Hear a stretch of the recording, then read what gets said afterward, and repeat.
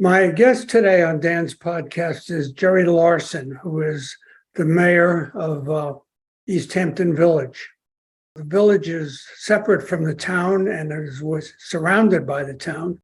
And it's a relatively small piece of acreage that goes from Georgia Pond over to Cedar Street and back from the ocean a ways, and includes all of downtown, and all three of the windmills that are in town this is the town with the most windmills of any village in the Hamptons.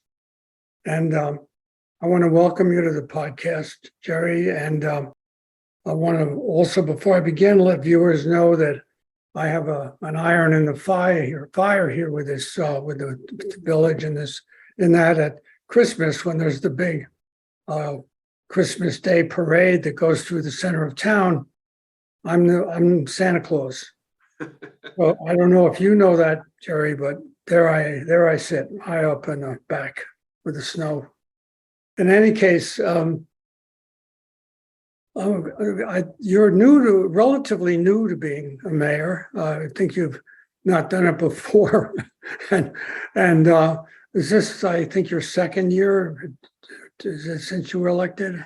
Well, first, I just want to thank you for having me on. I appreciate the opportunity to be on with you.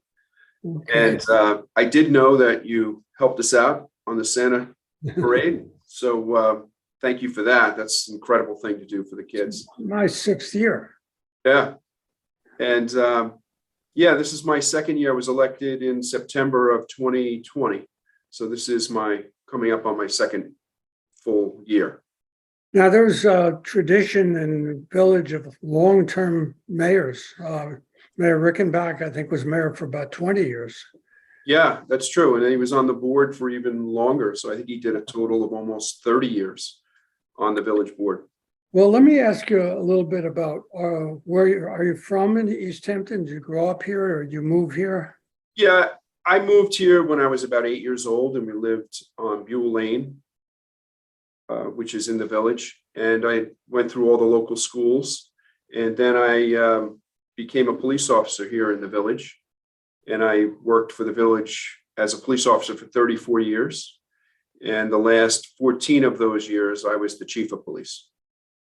You don't look like you could have been that long for that. Well, this is a gray mustache, not a blonde mustache. It's hard to tell on this video. So, no, but I've really enjoyed. I had a great career as in the police department. I worked on a lot of interesting cases when I was a detective. And what are some of them that you recall? Some of them. Do you remember the phony Rockefeller case that we had throughout the Hamptons back in the early 90s? Oh, I recall. Yeah, he was a gentleman from France. Right. He posed as a Rockefeller, and he was stealing, embezzling money basically by trick from a lot of wealthy people here in the Hamptons. And we were able actually to arrest him. And eventually he was tried and he was forced to leave the country. So that was just one of them. We had other cases that we had artwork stolen from a very famous house on Main Street, Robert Gardner's house. We had, well, that wasn't artwork, that was silver that was stolen out of the basement, and we recovered that in Manhattan and made an arrest in Denver on that. We've had other cases involving Guildhall where they had some famous paintings stolen, and we were able to recover those paintings. And that turned out to be an intern who was working at Guildhall at the time for the summer. A lot of really interesting white collar cases that I worked on, which I really enjoyed. I think that must have been a very useful kind of preview to deciding to run for mayor, because you learn so much as a police chief. Yeah, I definitely learned a lot, and I saw politics in action, and some of the things I liked, some of the things I didn't like, and I saw the direction that our village was going, and in my opinion, it wasn't a good direction. So that's why I decided to run. And what was your thinking before you were mayor that you're talking about? I just saw the negative. The village had a bad reputation as being the village of no. and I didn't like that reputation. So I really felt I could make a lot of positive changes. And when I say positive changes, Dan, I'm talking about things like a farmer's market that wouldn't be allowed in our village in the past, which is something that people really love. It's a very big community event.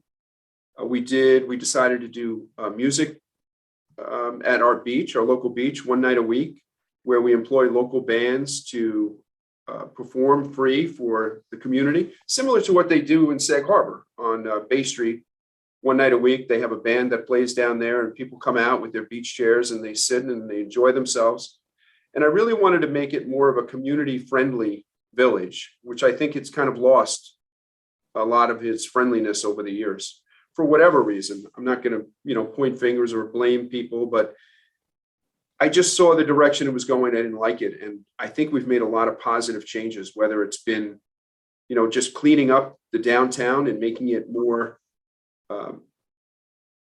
more aesthetically pleasing, in my opinion. We've also helped our local businesses try to bring business back to our downtown by adding events in our local park, bringing people into the park, such as the farmers market. Plus, as we we begged the library to do the authors night in the library, and they were gracious enough to come into our park this August. I think it's August 20th, I believe, is the date of the. That's not true. I don't know the date, but it's in August. The artist writers game, and then of course, I was leading up to that, and then we have the annual artist writers game, which has been going on for many years in Herrick Park, and we wanted to keep that tradition going, so that is happening as well. So there's a lot of events that we're trying to draw into the park, and in hopes to bring more business into our downtown. That was the goal. Talk to me a little bit about the concert down at the beach. Is that in the pavilion there? So at Main Beach on Tuesday nights, it starts at 6 p.m. There's a band from 6 to 7, and then there's another band from 7 to 8 o'clock. The band actually sets up on the pavilion, and the spectators sit on their beach chairs on the beach and face away from the water back towards the pavilion. And it's just wonderful. We have sponsors who have paid for all the fees for the bands and the sound system, and people just come down and they enjoy themselves. It's really it's a great night. I think last night we had about 2,000 people there.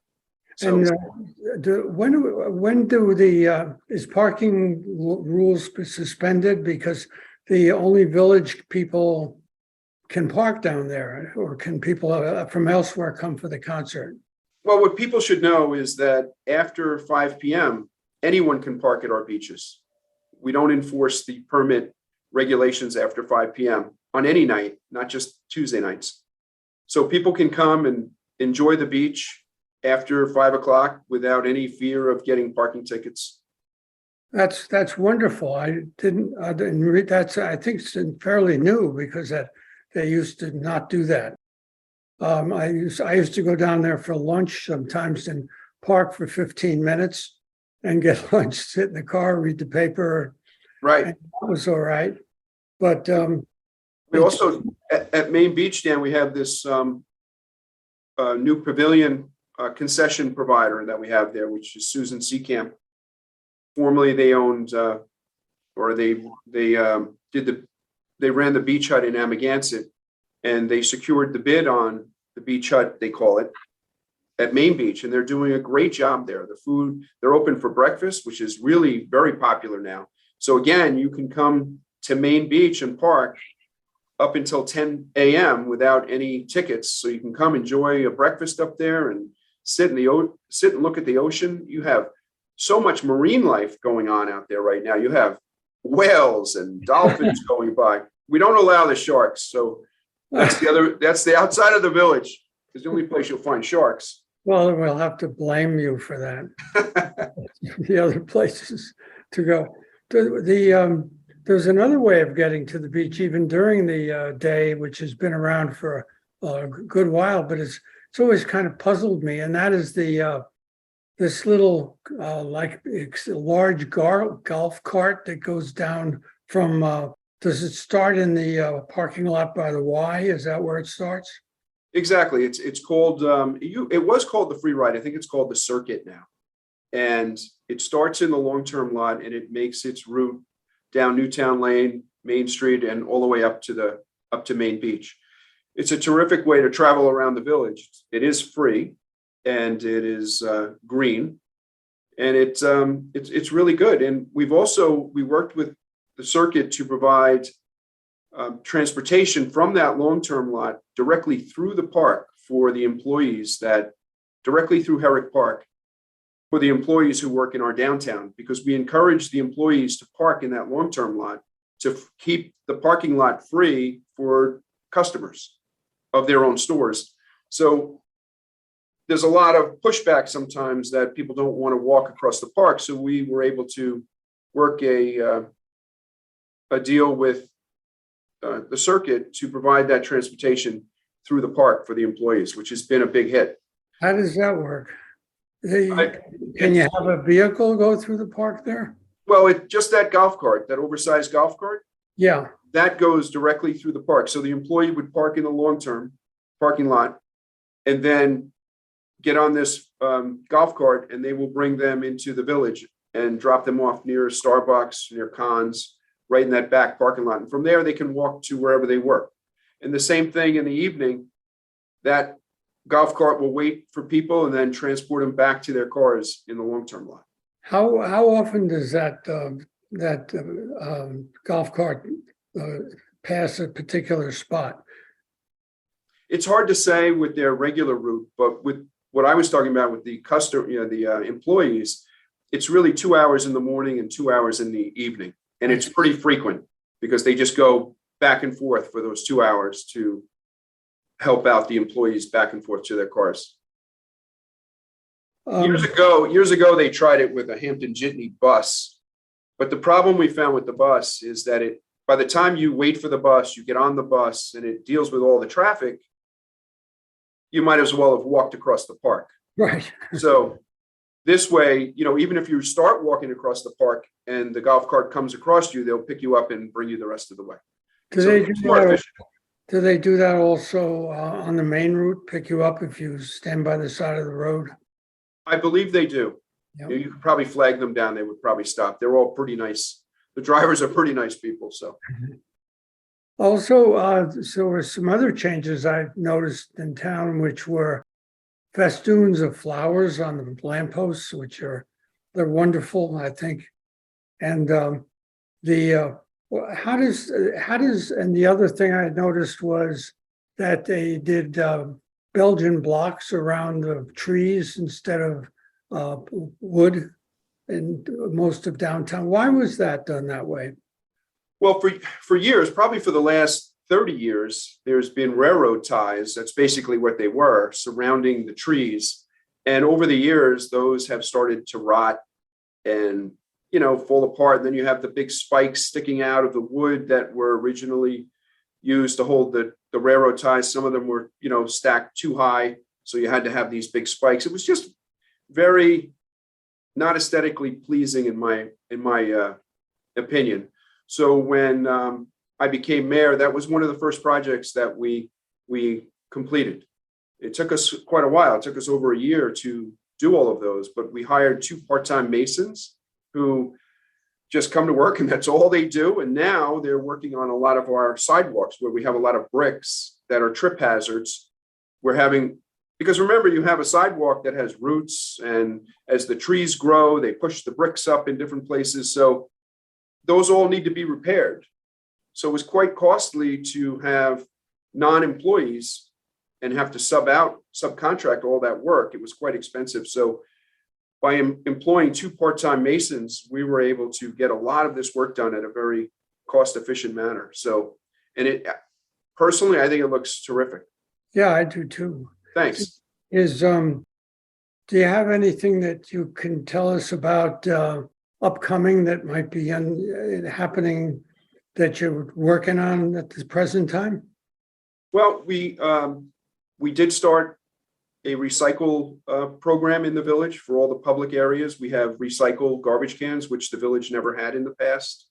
So we actually have a company that if you're walking around the streets, you'll notice that our garbage cans have recyclable bins and non-recyclable. And we have a company that comes and takes the recyclable material and then recycles it, which is, again, the first time, believe it or not, first time this has ever been done in East Hampton Village, which seems kind of ridiculous to me that we hadn't been doing anything like this in the past.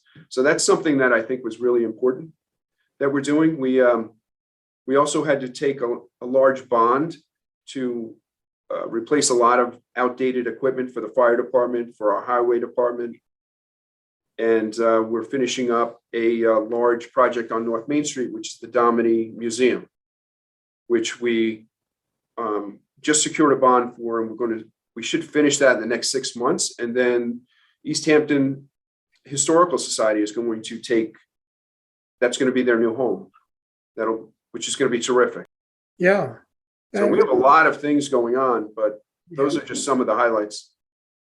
Well, it's I think a lot of people are very pleased to see all this going on. What are some of the other events you're having in the park and coming up? I know I saw it was antique cars or something, old cars.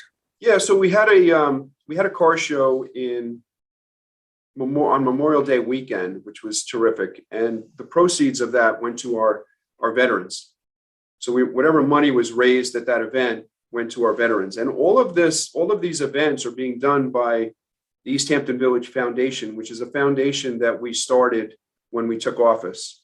And their mission is twofold. One is to raise money for projects that the village would like to accomplish without having to secure the money through taxpayer money, such as the renovation of Herrick Park is a project that we're working on right now. We've raised about half the money we need to do the complete renovation of Herrick Park of phase 1, which is the 2 baseball fields and the tennis court, or the softball field, the baseball field, and the tennis court.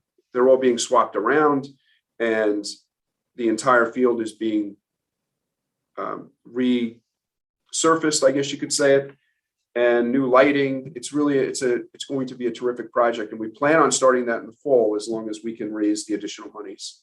So, and then the other mission of the foundation is to try to generate business for our downtown merchants, and that's the concept there is with the events in the park. So we had a car show on Memorial Day weekend. We're going to have another one Labor Day weekend, and they're very well attended. I don't know if you made it, but I think we had over 80 cars there last on Memorial Day weekend. And then we have a fall festival that we do for the children in the park, which was a big hit last year. When is that, and what does it consist of?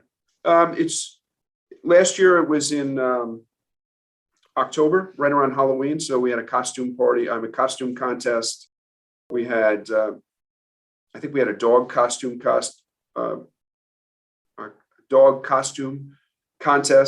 and some rides for the kids, things like that. It was well received. We've had thousands of people come through there, and it's all free.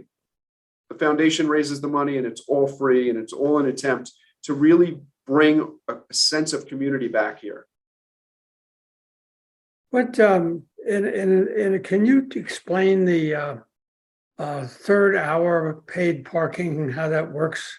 This is actually a big hit, believe it or not, even though we took a lot of grief when we first started this idea.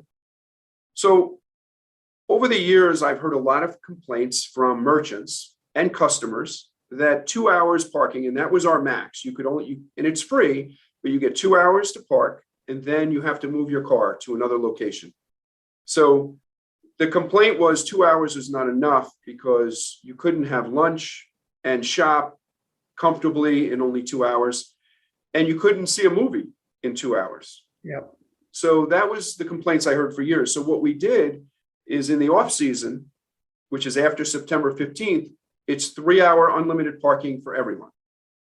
In season, which is basically May 15th through September 15th, it's 2 hour parking, but then you have an option of buying a third hour should you need a third hour.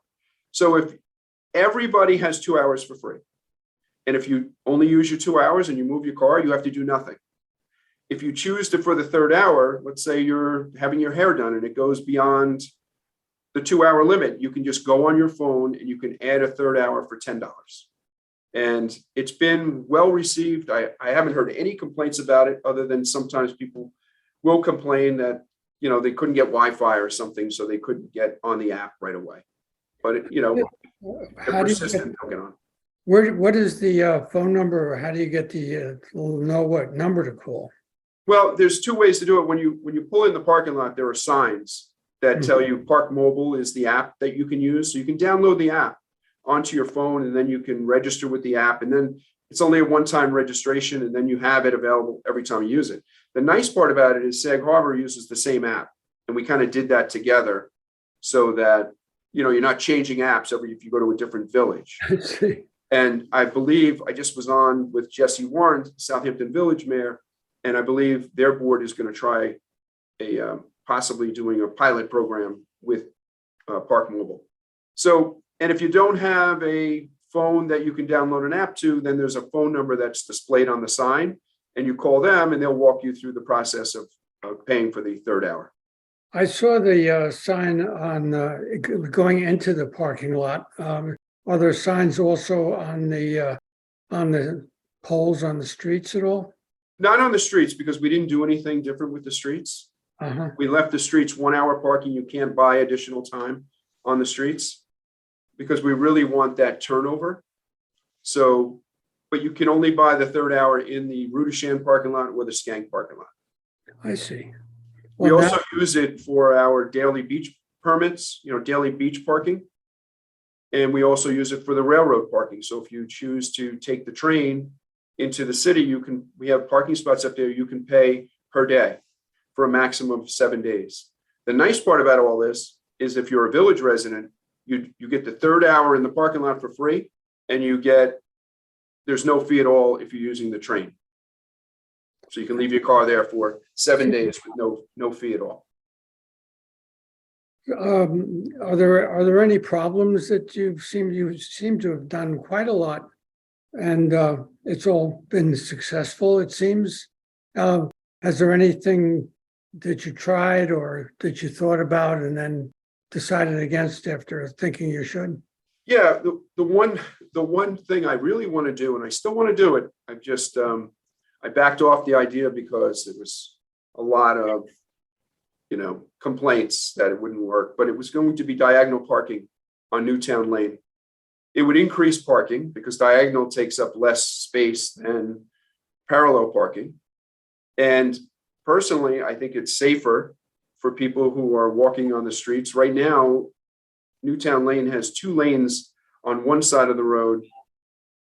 And when you cross the crosswalk, it makes it very dangerous because you're not really expecting that second lane of traffic. And cars, quite honestly, are not expecting a crosswalk. So it makes it very dangerous. And we have the same situation on Main Street, but that's a state road, so that's a whole nother issue. But on Newtown, we have the authority and the ability to change it to diagonal parking, such as all the other villages have it. You have Sag Harbor Village has diagonal parking, Southampton Village, West Hampton Village. So it's not a unique. I mean, it's not a unique idea, but it's definitely something that would increase parking spots. It would slow traffic down on the street. It would shorten the crosswalks to make it safer. I think it's a good idea to try, but again, there was so much grief about it. It wasn't something that I needed to do. Well, thanks for taking the time to be on the podcast. I'm talking to Jerry Larsen, the mayor of East Hampton, and I'll see you at the Artists Writers game. No, I can't wait. I can't wait. It's such a fun day to be there and see everybody. And last year I was lucky enough, they let me start it, like make a quick announcement and say play ball. So I really enjoyed that. And when I was chief, you were kind enough to even let me play in the game. So, but those days are done. So how did you do? I did okay. I'm not great, but like I'm not like an Ed Hollander, that guy. This guy. He can play. Yes. So. Well, we'll see you there. And it's at 2:00 on the 20th and coming up. And before that, the author's night. It's going to be very interesting. And thanks for being on the podcast. I appreciate the time. Thanks very much, Dan. Sure. Bye-bye. Bye.